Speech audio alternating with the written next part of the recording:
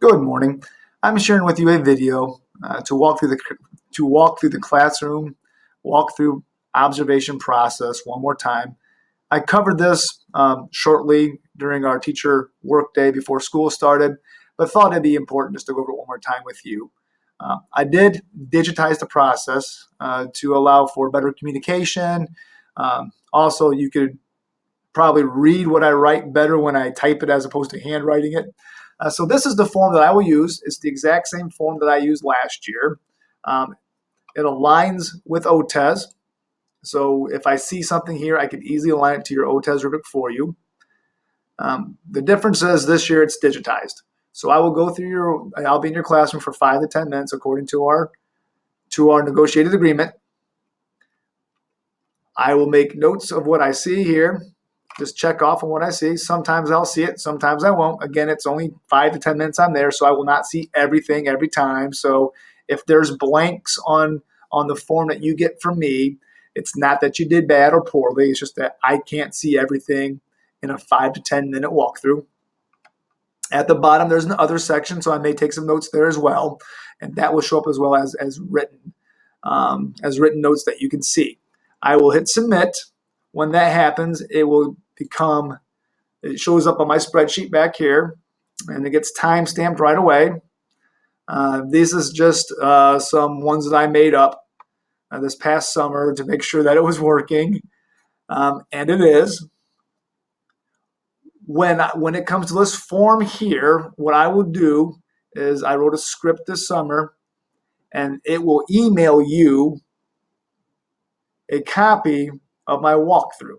And this is what you will see on your end. That will come in an email. You'll get an email with a letter like this.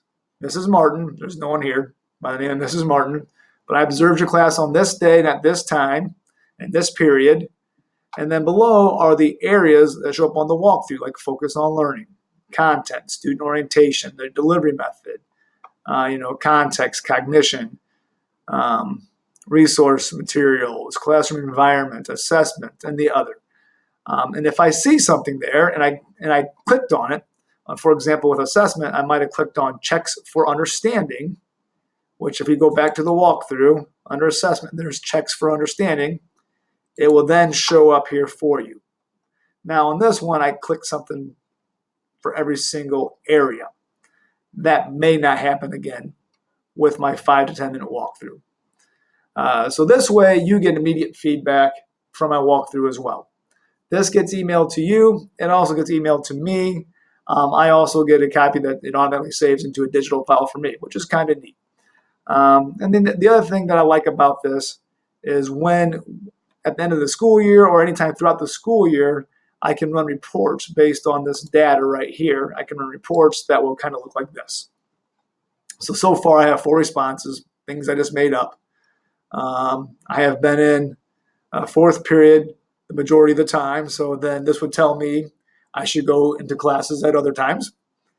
It will tell me which teachers I've seen the most.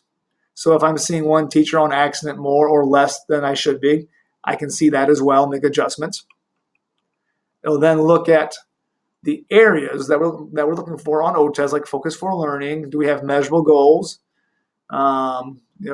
Are things relevant to the appropriateness of the goals? So just, as you can see, it gives just some data for us to look at, which I think is very nice, and I think will be very helpful for us as well. I just wanted to share this with you one more time, as I'll be starting classroom walkthroughs for the OTES process.